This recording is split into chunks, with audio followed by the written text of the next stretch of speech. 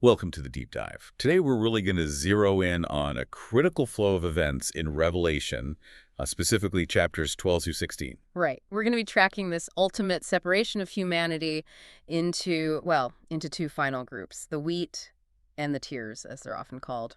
And the main theme here, it seems, isn't just about good versus bad choices in the moment. Exactly. It's about looking past all that, past whether a path feels easy or hard right now, and focusing on the only thing that matters, which path actually reaches God. So just to set the stage for everyone, Revelation 11 gives us the seventh trumpet. That's the signal for the second coming and this final division. Yeah, and then chapters 12 to 14 give us this big sort of summarizing vision. But now, in 15 and 16, we're jumping right back into the action. Back to the consequences. The irreversible consequences. So let's start with the victorious group, the wheat. In Revelation 15, we get this incredible scene of them standing on what's called a sea of glass mingled with fire. It's such a striking image. It sounds like a place of purity, but also of testing. That's a perfect way to put it. It represents their complete and total victory over the beast, his image, his mark, all of it. And they're celebrating. They sing the Song of Moses and the Song of the Lamb. Mm-hmm.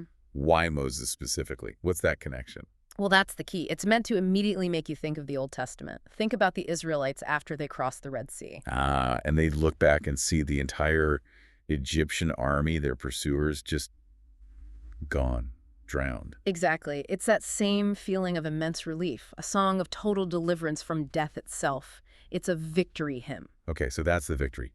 But then the scene shifts pretty dramatically to what's happening on Earth. It does. It moves to the preparation for judgment on those left behind, the tears. We see 7 angels emerge from the heavenly sanctuary. The text gets very specific about the name of that sanctuary. Yes. The temple of the tabernacle of the testimony. Hang on, that's a mouthful. Why is that specific name so important here? Because it's a legal term, almost.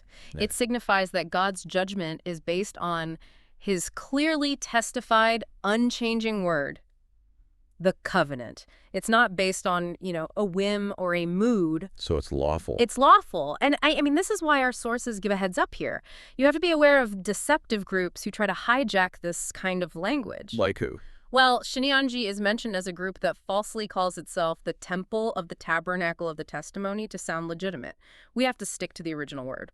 Got it. And that brings us to this point of no return.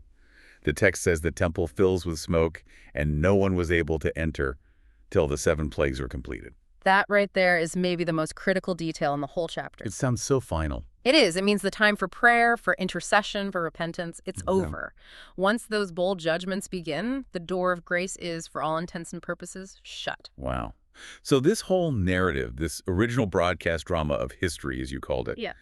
what is it telling us about our choices right now? It brings it all back to our standard for choosing. We have to stop picking paths just because they feel comfortable or look successful on the surface. Because you could gain wealth, authority, whatever. Right, you can gain the whole world, but if that path ends in hell instead of with God, it was the wrong choice. The only thing that matters is whether you're building your life on his word, on his commandments. Because that's the only path that leads to him. That's the only one. And it all really hinges on remembering that our time to choose isn't infinite. I mean, we all meet a personal end, and the Bible is clear there's a final global end as well. Absolutely. The time to turn back, to choose faith and repentance, is now. You have to look at the end result and make your choice today.